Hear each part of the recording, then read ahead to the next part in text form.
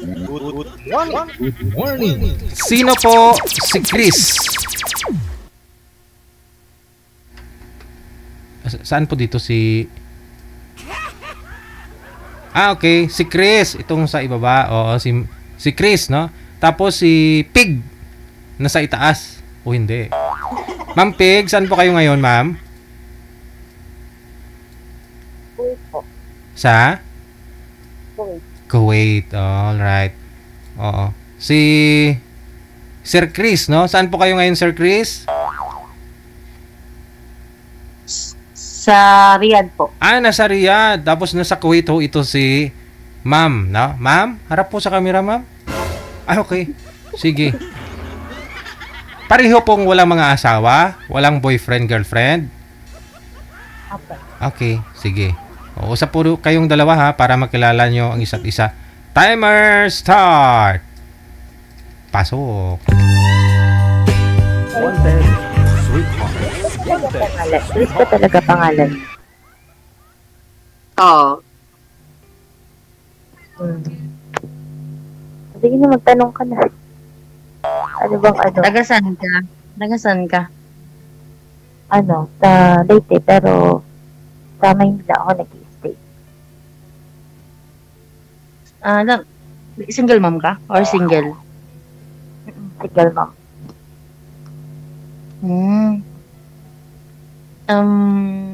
Matagal na kayo hiwalay ng asawa mo? Sorry to ask.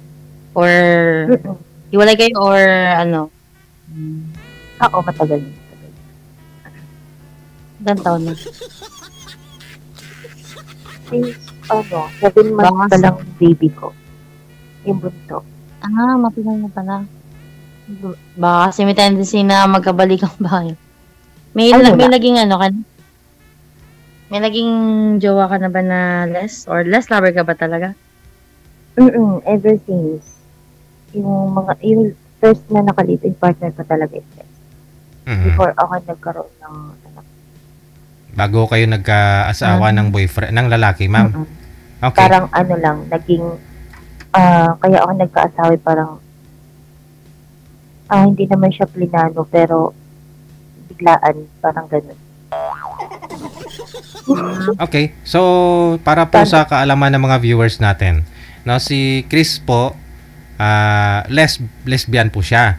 Tapos, naghahanap po siya, nagpa-line up po siya dito. Tapos si ma'am naman, gusto niyang kausapin is lesbian. So, pinagtagpo ko sila ni manager.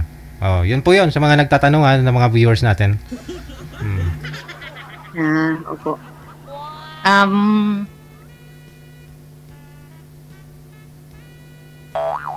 Tumigas na, tinigasan na si ma'am. Ayan na, okay na. Bakit pinakabahan ka ba? Ikaw, ako, 5'5".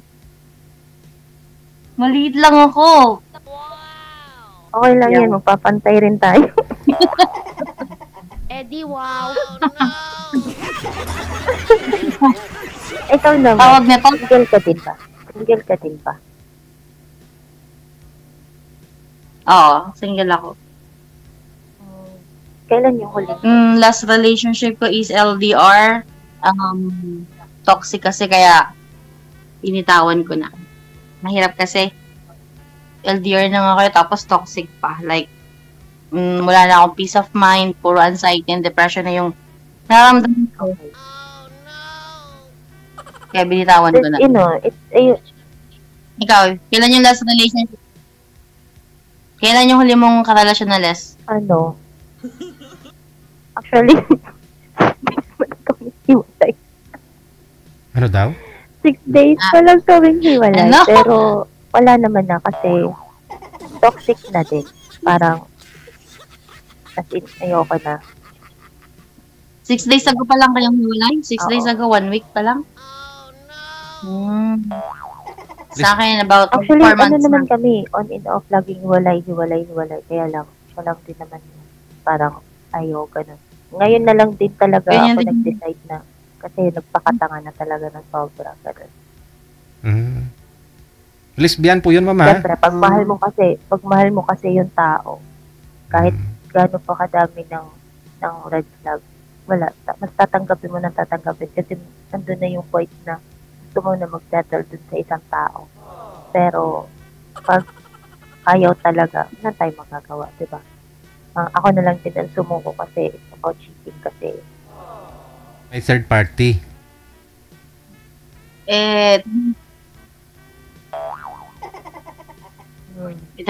May third party ba? Kaya ba kaya iniwan mo? Actually, kahit naman may ganun kasi may ganung eksena na about cheating. Parang mas tinanggap ko pa din kasi mahal ko siya. So, dumating sa point na paulit-ulit na lang din. Paulit-ulit na lang. So, parang sumuko na ako.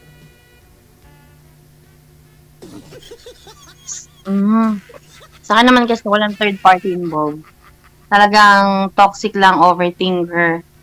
To the point na wala na talagang sinuko ko na kasi wala na akong katahimikan every now and then. Lagi na lang siya nagdududa na wala naman dahilan. Nasa kanya naman ang account ko. Nasa kanya naman lahat. Halos 24/7, walang babaan yung call namin. And tumalikod lang ako or mag-CR ako, mawala man ako ng ilang oras or isang oras sa paningin niya or 30 minutes or 5 minutes. Tapos, syempre, dalawa cellphone ko. Tapos, mabibit-bit ko yung isa kasi usually, naglalaro lang naman ako. And then, yun. Pagbalik ko, nung naiwanan siya sa kabilang phone ko, nagagalit na siya. Pero, hawak naman yung account ko. Ang siya sa akin, ganun din naman. Parang sabi kong, ganun din. Ako naman, dalawa din yung phone ko. Pero, ang purpose din naman kasi, if yung isang phone ko is malulobot, lilipat ko siya sa kabilang phone. Yung sa kanya kasi hindi. Iniiwan niya ako ng matagal. And then, doon niya sa kabila, kinakausap yung isa. Sa akin naman walang problema kasi alam ko naman about sa kanila. Pero yung sasabi mo sa akin na hindi kayo nag-uusap, ganun. Tinatanggi niya kahit doon ako naiinis sa ganung sitwasyon. Alam niyo po pala na mayroon pa bukod sa iyo, ma'am, alam niyo? Actually, 18 months kami before ko nalaman. Pero tinanggap mo pa rin, no? Tinanggap ko siya kasi actually, nagmakaawa ako na lang yung piliin. Grabe, no? Sana all. Hanggang sa, ayun nga. Ako, samantala ako, naglayas ako, doon pinigilan. Gilayas ka. Hanggang sa, hanggang sa, sabi ko sa kanya, magsabi ka lang sa akin ng totoo, wala namang problema sa akin. Pero yung tatanong kita ng ilang beses, sabihin mo hindi. Tapos, end of the day, ako kasi pag ako kinutuban, at ako talaga na, hindi talaga ako titigil hanggat hindi ko nalalaman na yung kutob ko na yung tama. So, ayun. Nagagawan ko ng paraan na nalalaman ko. Umiiyak ako na ganito, ganyan. Pero, syempre, tanga nga. Kasi nga, mahal mo yung tao. So, papatawarin mo, tatanggapin mo ulit. Hanggang sa, ito na yung pinakalas talaga. Hindi ko na talaga kinaya kasi, may anxiety ka na, may stress ka na, may depression ka pa. Dumating na ako sa point na wala rin akong kinakausap. Sabi ko, hindi pwedeng ganito kasi baka mamaya uuwi ako na bangkay na. Kaya nga. Pero 6 days pa lang ikaw, so for sure yan. Ano pa yan? Buong, yan? Yung durog na durog. Oo. Hindi pa naka-move on. Kaya sabi ko, alam mo yung last relationship ko is trauma. Tapos trauma ulit yung binigay sa akin ng less. Di ba mas nakakatakot na mga ganyan? Like, gaya yan, di ka pa heal. Tapos, ang nagbigay sa'yo ng trauma, less. Baka mabaliktad. Kaya, baka naman ako. Hindi naman. Kasi ako naman kasi, pag once na nag-heal ako, para kasi sa akin, kasi yung sa last ko naman is, pinatawad ko yung tao. Sabi nga nila, di ba, mas mabilis ka makaka-move on pag pinatawad mo yung isang tao and accept the pain. So, yun yung ginawa ko. Accept the pain, patawarin mo yung tao na gumawa ng kasalanan sa'yo para mas mabilis ka maka-move on or mabilis ka maging okay. So, thank God, okay naman na ako. So, ayun na. Malaki yung damage na nagawa niya sa'yo. Baka totally wash out yung feelings mo. Mahirap. Hindi naman. But, baka ikaw yung nasaktan this era. What if sa susunod na hindi rin naman kasi ganun. Hindi naman yung mga Hindi naman ganun. Hindi porket na nasaktan ka, is gagawin mo yun sa iba. Kaya nga, di ba, sabi, ayaw mong gawin sa'yo, huwag mong gagawin sa iba. Although, nagawa naman sa'yo ng tao, huwag mo pa rin iparamdam sa iba. Kasi, ramdam mo pa din kung gaano kasakit yung masaktan. So, dapat, alam mo din na yung feelings ng iba na pag once na ginamit mo yung tao, kasi wala namang kasalanan yung iba eh. Kumbaga, isang tao lang gumawa sa'yo nun. So, hindi mo kailangan gantihan yung iba. Wala kang hatred dyan sa puso mo regarding sa nangyari? Wala naman. Walang mga ganon? Wala naman. Wala namang ganun. Okay. May mga manliligaw ka ba these past few days? Na wala kayong communication. May communication pa ba kayo? Nung less? Hmm. Oo, pero about kasi syempre may mga gamit pati naman ako sa kanya. Pero hindi naman After the biga, meron ba naging communication? Oo, pero about lang yun sa gamit. Pero yung sabi na nag-uusap, nagtatawagan. Nagsama po kayo no, ma'am? Nag-live-in po kayo? Last year po nung umuwi ako. Dito sa Pinas. Tapos yung isa po pala, dito rin sa Pinas pala yon. Actually, kaka-abroad lang din yan. Tapos nung umuwi ako, is kaka-isang taon lang din yan dun sa ibang bansa. Pero nag-live-in din sila ng matagal sa Pinas. Parang yung naging third party po is nauna po siya sa akin. Kaya pala. Meron siya. Oo. Meron siyang long-term relationship na hindi ko alam. Hindi ko lang nalaman. Tapos pinili niya po yun kaysa sa'yo. Wala po tayong magagawa. Siguro, syempre, matagal niyang karelasyon 6 years dun. Ako, di ba, ano pang laban ko sa 6 years, magka 2 years pa lang naman kami. Pero, hindi ko naman din yung pinagsisihan kasi ginawa ko naman din yung part ko as a partner niya. Mahal ko siya ng sobra, higit pa sa sarili ko.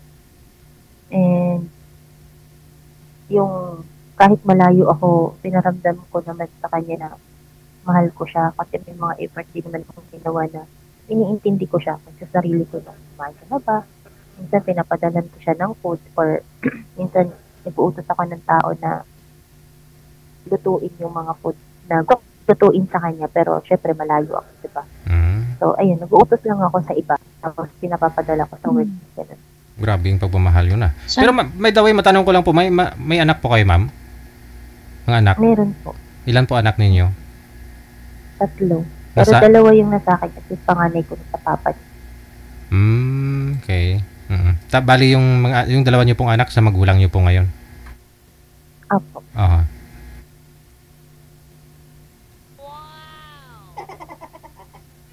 Ako naman, kung tatanong. Actually, sa sitwasyon ko ngayon, di ba? Paano mo ma-handle ang isang relasyon o yung isang partner mo pagka andun sa stage ng may traumalized tapos may trust issues, mga ganyan. Paano mo ma-handle yun? Pero nararamdaman mo naman na mahal ka ng partner mo. For example, ikaw, stranger pa tayo, for sure ba? Like, ang gagawin ko siguro muna sa'yo ngayon, kakaibiganin mo na kita. Kasi galing din ako sa traumang relasyon. And seeing you na ganyan, na parang bagong-bago pa, napaka-fresh pa niyan to the point na dinurog ka, dinurog ka ng taong to, halos naibigay mo yung sarili mo. Ano pang natira sa'yo this time? So, for that, siguro ang gagawin ko na lang is tutulungan kita mabuo ulit. Kahit alam ko na at the end, there's a possibility na pag nabuo ka, ako yung mawa. But at the same time, kapag pinasok ko yung buhay mo na alam kong ganyan ang sitwasyon mo, siguro ihahanda ko na lang yung sarili ko. Kung ako man kung saan ka man mag-stay kapag nabuo ka, o iiwan mo rin ako.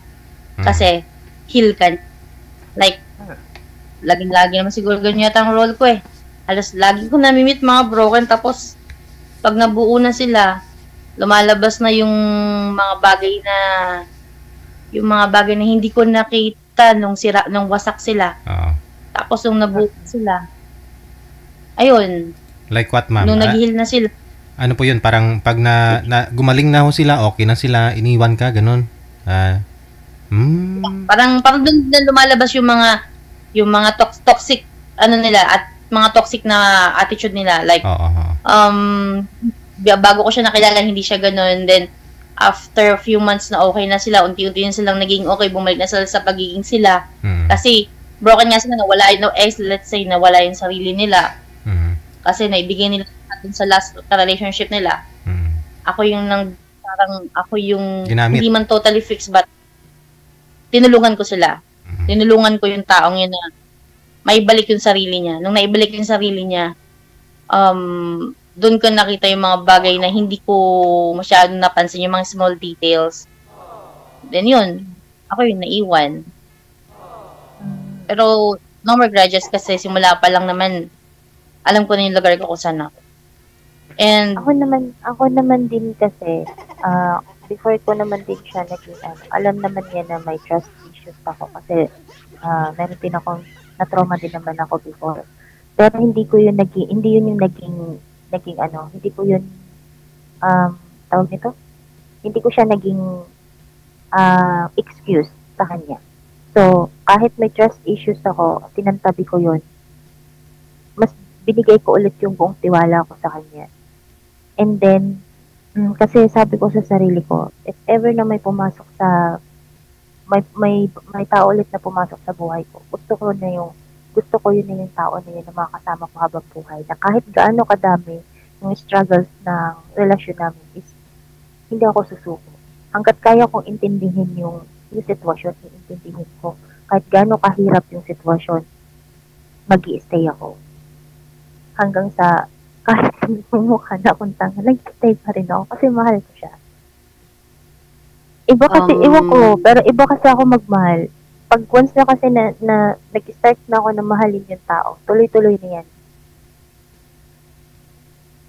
Huwag lang saktan. siguro, Yung ako Napaka-certain naman mo. kasi, ang hinahanap ko lang din naman kasi talaga, is yung, alam mo yun, yung ma-appreciate yung work ko. Yung ma-appreciate yung pagmamahal ko. Hindi ko naman, ayoko din naman na sabihin na tumbasan mo yung pagmamahal na binigay ko sa'yo, no. Maramdaman ko lang na mahalaga ako sa'yo. Maramdaman ko lang na mahal mo ko. Na may pag-care ka sa akin. It's enough for me. same, ganun lang din naman sa akin. It's enough for me. Tanggapin, Hindi ko kailangan ng material na bagay para iparamdam mo sa akin na mahal mo ko, no. Ako, ma-effort akong tao. Kasi sa lahat ng naging karelasyon ko, ako talagang nag-e-effort. Ako yung napagkakamalang tomboy. Pero, ako yung napagkakamalang tomboy kasi ako yung ma-effort talaga. Pero, baga, ang love language ko kasi is yung mapasaya ko yung mahal ko sa simpleng pagkaasikaso. Like, pag magkasama tayo, paglulutuan kita, yung ipaparamdam ko sa'yo kung gano'n kita kamahal everyday. Ganon. Kasi din ako, mahilig same. ako magluto. Mahilig ako magluto. So, dun ko binubuhos yung pareho tayo. effort ko. Love language ko din yan, servicing. Service ako talaga. Na dumating nga din ako sa point na halos yung mga video ko sa Reels is puro mga recipes ng food. Kasi sinisave ko talaga siya. Kasi sabi ko pag uwi ko, lulutuin ko to for her. Pag uwi ko, gusto ko na maiba naman yung mga niya. Kasi minsan iniisip ko din yung mga healthy foods. Kasi syempre, nurse siya. So, kailangan healthy pa rin yung lifestyle niya, ganun. So, minsan iniisip ko yung mga healthy foods na pwede niyang kainin, mga ganun. So, kaya halos lahat ng mga videos ko, puro mga recipes. Kasi sabi ko, pag uwi ko sana, gusto kong gawin sa kanya to, gusto kong lutuin sa kanya to, yung ganun. Although nagawa ko naman yun nung umuwi ako, pero hindi naman din sapat kasi maiksing panahon lang yun kasi 28 days lang. Sana all. Oo, ganun. Yun din kasi talaga yung pinaka-love language ko, service talaga. Mm. Mm. Sa naman niya, sana all, no? Hindi lahat ng, di naman lahat, like, hindi lahat ay nag-effort. Hindi lahat ay ganun. Ako lang naman din, ang sa akin lang din naman is, gusto ko lang din yung, alam mo yung, wife material na babae. Like, talagang parang yung this person, gusto ko, I want her to handle me like, really tender care. Like, gusto ko yung alagaan niya ako, or mamahalin niya ako, kung sino man ako.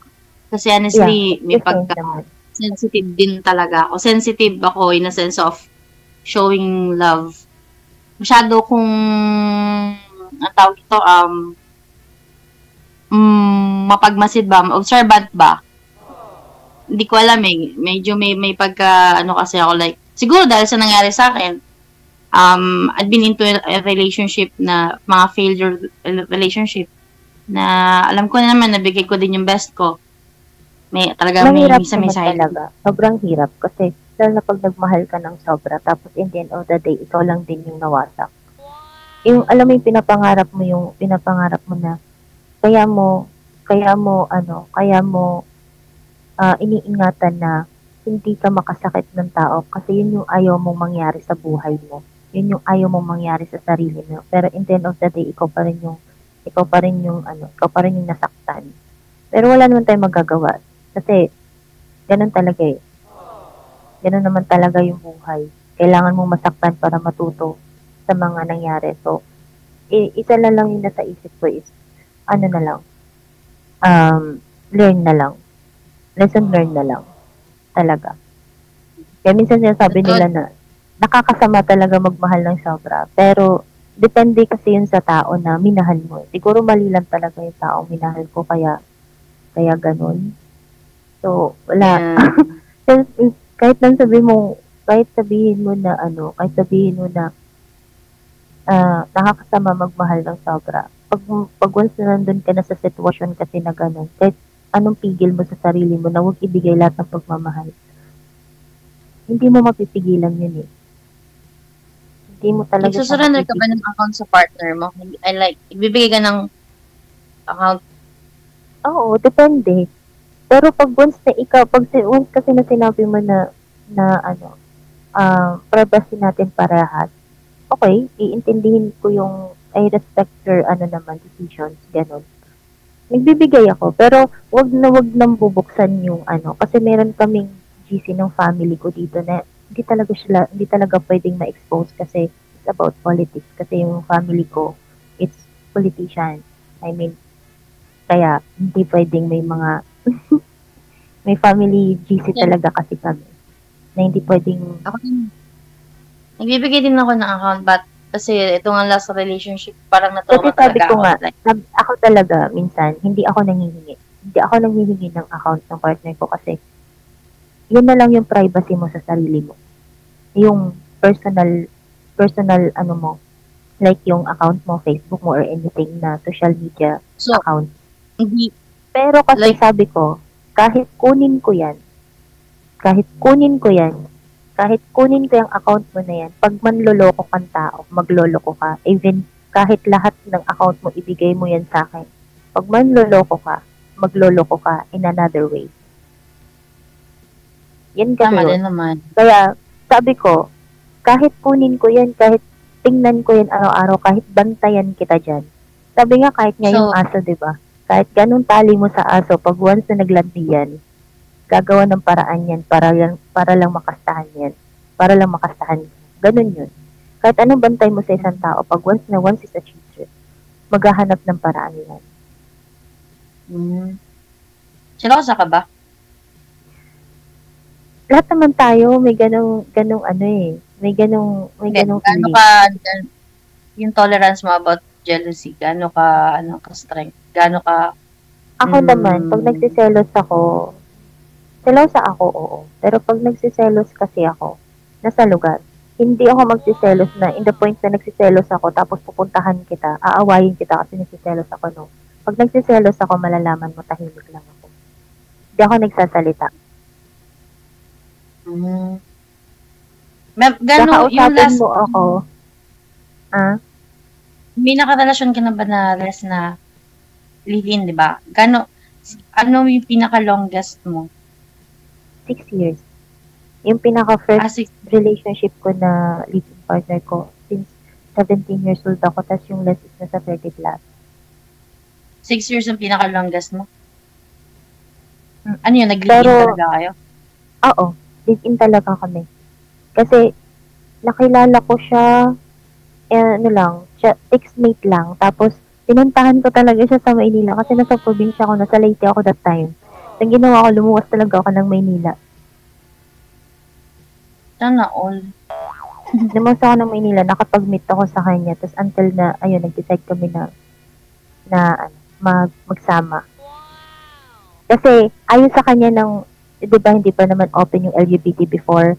So, yung stepfather ko kasi, ayaw sa kanya na, malas yan, ganito, ganyan. So, sabi ko, ang family kasi, like a parents kasi, andyan lang yan, hindi yan mawawala. Kahit na mas piliin mo yung taong mahal mo kaysa sa family mo. Yung family mo nandyan lang yan, anytime pwede kang lumapit. Pero yung taong nagpapahalaga sa'yo, yung taong nagpaparamdam kung gaano ka-importante at gaano ka kamahal. Pag once na hindi yan ang pinili mo, hindi mo na yun makikita. Hindi mo na yun mahahanap. So, mas pinili ko siya than my family. Kasi, ang family ko kasi is, talaga sila, religyoso. So, ayaw talaga sa mga ganyang, although meron kaming family na kompleto kami, may bakla, may tomboy, ganun. Pero, ayaw kasi nila sa ganun. So, ako kasi, as long as na kaya ko naman tumayo sa sarili ko, independent akong tao. Kung ano yung decision ko, yun ang masusunod. And, pagka nagkaroon kasi ako ng, kung sakali man na pag nagsisettle kasi ako, ayoko talaga sa lahat na tumira ako malapit sa lugar na may kakilala ko, like yung family ko, or ititira kita sa bahay namin, nandyan yung family ko, no? Ayoko. Kasi mas gusto ko na tumira kasama yung taong mahal ko at saka yung mga anak ko, malayo sa family ko. Yung as in walang nakakakilala sa akin kasi ayaw ko sa lahat yung pinapakailaman yung relasyon ko. Totoo din naman. Ganyan din naman ako eh. Independent din kasi ako. As in, solo. Solong katawan ako, so like, ang hanap ko talaga is pamilya. Kasi mag-isa lang ako eh. As in, mag-isa lang sa buhay. So, yun. Ako naman Hanap ko kasi, yung ganun. lumaki naman ako na wala talaga akong kasamang parents. Kasi, simula nung namatay yung papa ko, ako yung trabaho mag-isa sa Maynila. Baga, naging independent akong tao since nung namatay yung papa ko. Hindi ko nagawang maging teenager, hindi ko naranasan maging teenager, or hindi ko naranasan na kasi nagtrabaho na ako. So, kahit malayo ako sa family ko, parang pakiramdam ko talaga, ako lang mag-isa lang talaga ako.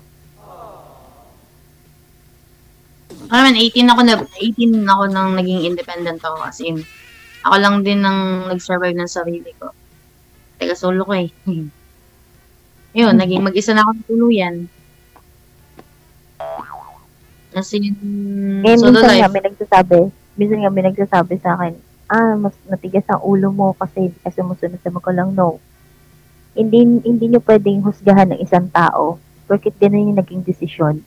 Kasi hindi nyo alam yung naging life niya. Okay, hindi kayo pwedeng minsan sasabi ko, wala naman kayong alam sa buhay ko eh, kung bakit ako naging ganun ka-strong. Kasi, ever since wala naman talaga akong magulang eh. Ever since na kahit may magulang, may parents ako, hindi naman ako lumaki sa kanila kasi binuhay ko sarili ko eh.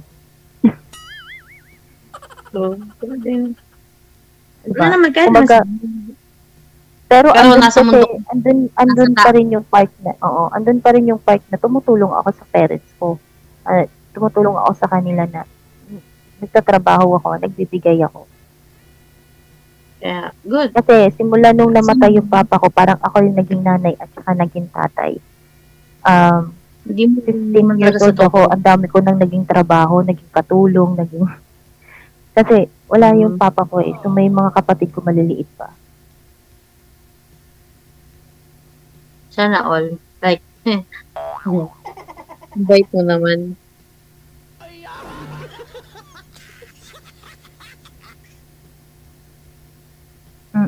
Hindi naman kasi talaga pwedeng Ang dami nagsasabi na ganun ganyan. Pero hindi eh. Hindi niyo pwedeng husgahan yung isang tao because of lang. Dahil sa naging ganun siya ka. Hindi niyo pwedeng husgahan. Kasi hindi niyo alam yung naging life niya ever since. Hindi niyo pwedeng sabihin na ganito ganyan siya, ganito ganyan siya. Ha? Ka ba in public? Ano Paano po? yung sweet ka ba in public?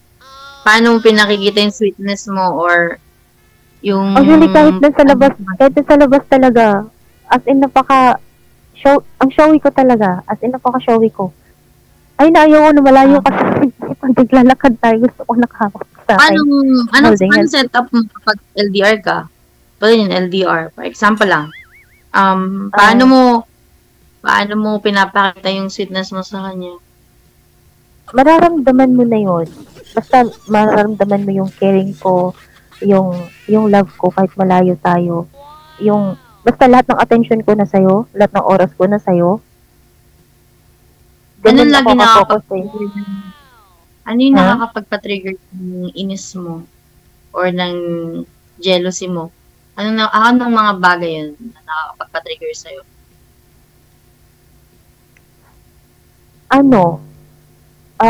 Ako naman, di naman ako basta-basta talaga nagsiselos pag wala akong nararamdaman. Basta pag may instinct lang talaga ako, magtatanong ako sa'yo, may kausap ka ba? Kasi pakiramdam ko parang ganito, ganyan. Kakausapin kita. Pero pag once na nararamdaman ko nagsisinungaling ka, gagawa talaga ako ng paraan. Na malaman ko kung ano yung kutob ko na yun. Ganun kasi ako. Oo. Pero, handle ko naman siya. Pag napikon ako, hindi na ako magsasalita. Hindi kita aawayin, pero hindi ako magsasalita. Tatahimik ako. Pero, and then ako pa rin naman yung maglalambing kasi ako naman yung ganun lang. Yung sweetness, kung gano'n ako ka-sweet sa LDR, mas malambing talaga ako pagdating sa personal. Paano ka ba suyuin? Alimbawa, may tangulo mo. Paano ka usually sinusuyo? Ano yung makakapagpaansay na okay ka na? Mga signs lang, mo na. basta sabihin, simple lang naman, yung sabi mo, sorry na, I love you, ganun, parang tanga na ako. Affirmation. Na, ako kasi hindi ako showy. Hindi ako showy na tao in public. Showy talaga ako in public. Kasi last na relationship ko na kahit nasa labas siya, tapos yung pinagtitinginan kami ng tao, kasi nga hindi pa open yung LGBT before. Mas pinapakita ko talaga pag tinitingnan kami ng ibang tao, mas pinapakita ko pa lalo. Ganon. Kasi, alam mo yung pag nararamdaman ko talaga na secured ako dun sa taong yun. Wala akong pakialam sa nakapaligid sa akin. Minsan nga, hinahatid ko siya sa shuttle, pag pumapasok na siya yun, hahalikan ko siya, kahit maraming tao.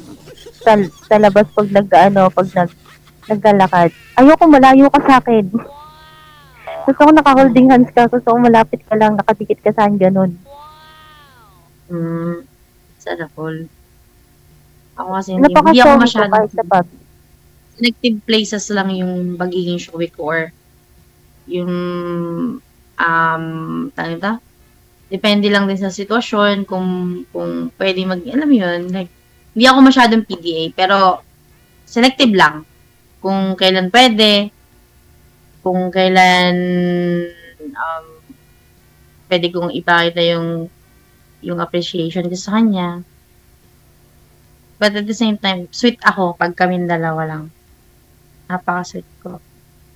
Yun lang. Same din naman. Pero, in public talaga, napaka-showy kong tao. Tawag nito. What if, halimbawa, di ba, na malayo ka, tapos, paano kung, kasi dahil independent nga ako, sanay ako mag-isa din, kaya nasabi mo, gusto mo din ng solo life kasama ng anak mo. What if, yakagin kita, like miles away sa pamilya mo, tawid dagat, kasama ka? Oo naman.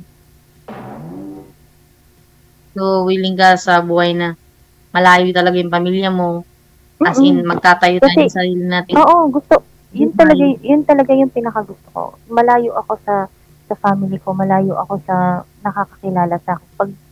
Pag gusto ko na talaga mag-settle, ganun talaga, gusto ko malayo. Kasi ayoko sa lahat na kahit sa side ng partner ko, gusto ko malayo din kami sa side nila. Gusto ko yung pag nag-settle kami or nagbumuo kami ng na talaga, ng family. Malayo po lahat. Anong characteristic ng isang tao na madalas kang ma-fall? Or mabilis kang ma-fall? Pagka nakikita ko na sincere ka, tapos nakikita ko na yung may care ka, ganun.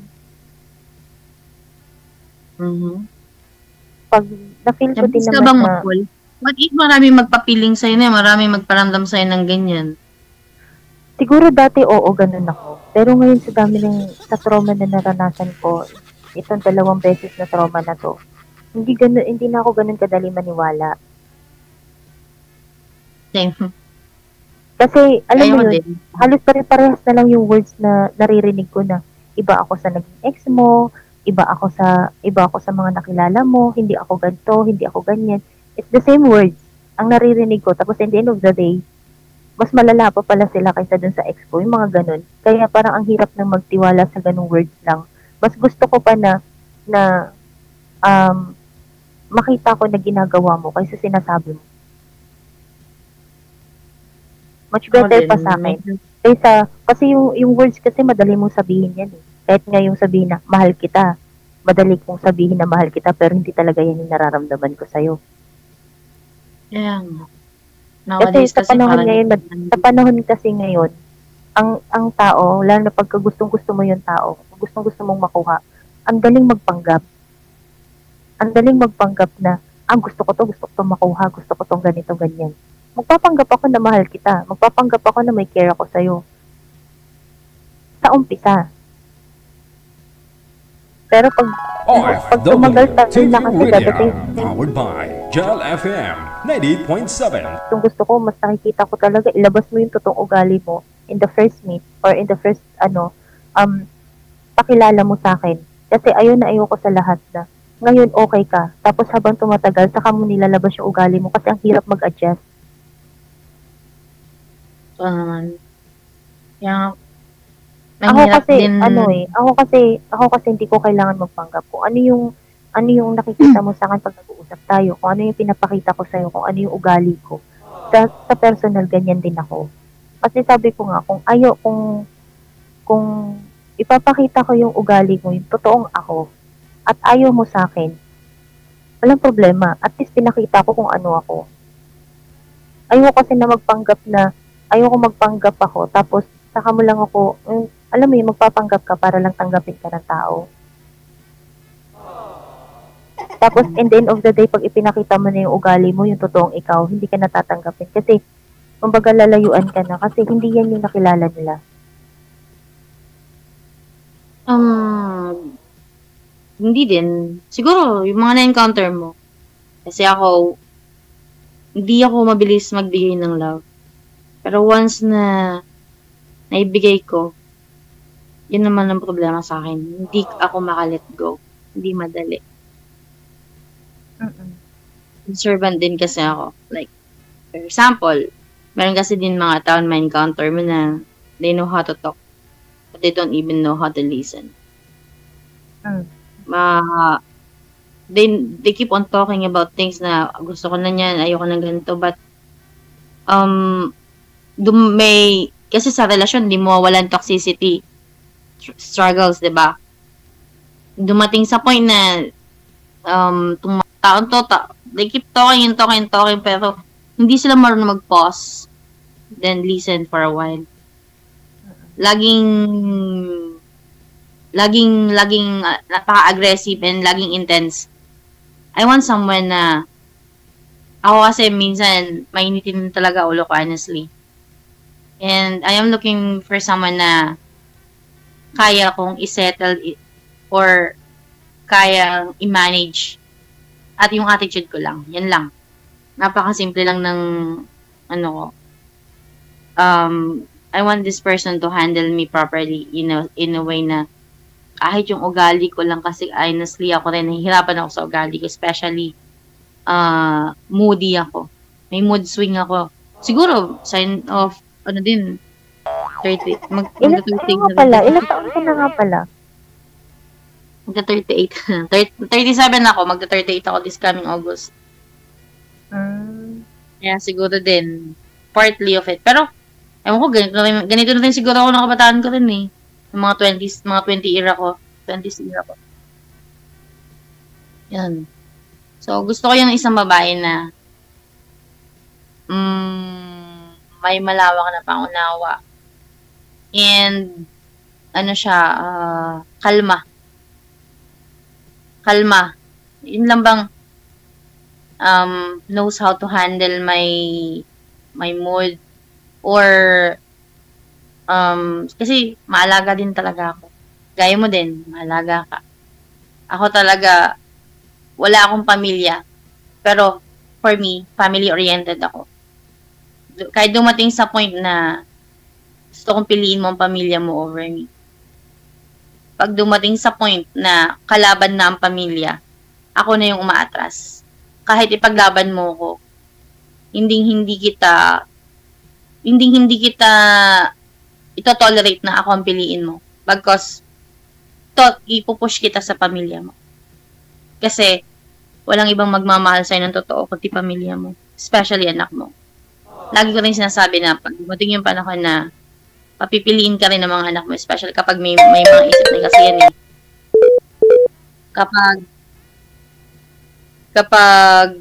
Kapag dumating sa point na ganun, pinapili ka ng pamilya mo or mismo ng anak mo, wag mo akong piliin. Bagkus, find a way kung paano kami magkaka-connect. Tulungan mo ko, i-connect mo ko sa pamilya mo. Pero wag mong tatalikuran ng pamilya mo.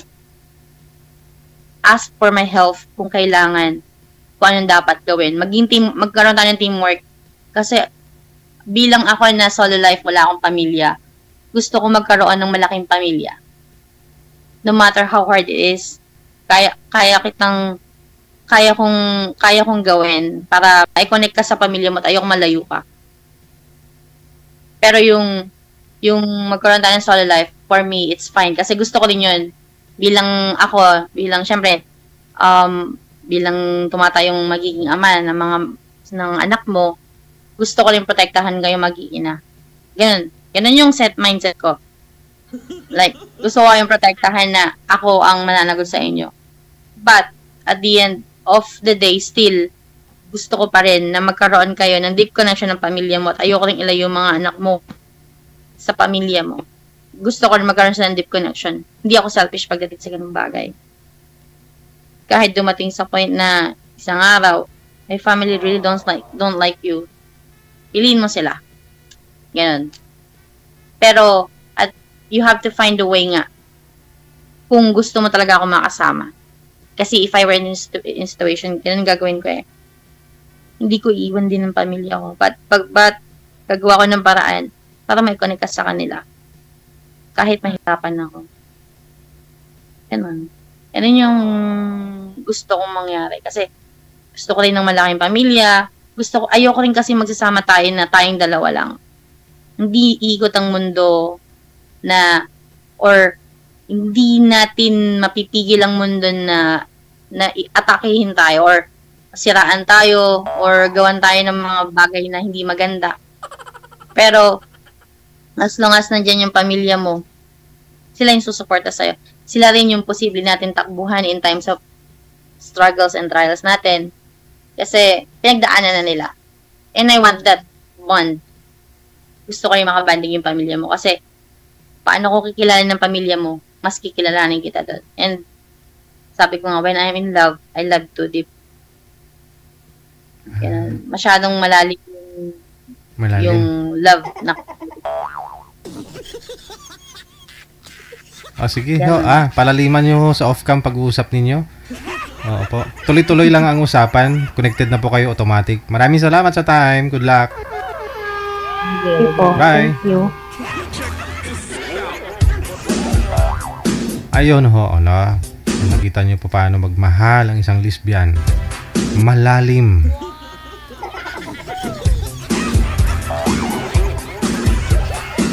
Tao din po sila, no? Pareho po tayo. Hindi ko nila ginusto, no? Na ganun ho sila. So, yan na sila. Ginusto na, no? Nagmahal. Siyempre tao, may puso. Si girl, na-try din naman ni girl na magkaroon ho ng asawa. Pero yun nga po, naghiwalay din. Nagkaroon ng 3 anak. Kasi, first love po niya, less na no? So siguro na-imagine naman po ninyo, no? Kahit na ho may asawa ho siya, pero yung puso niya ho kasi gusto niya ho kasi yung lesbian kaysa sa lalaki.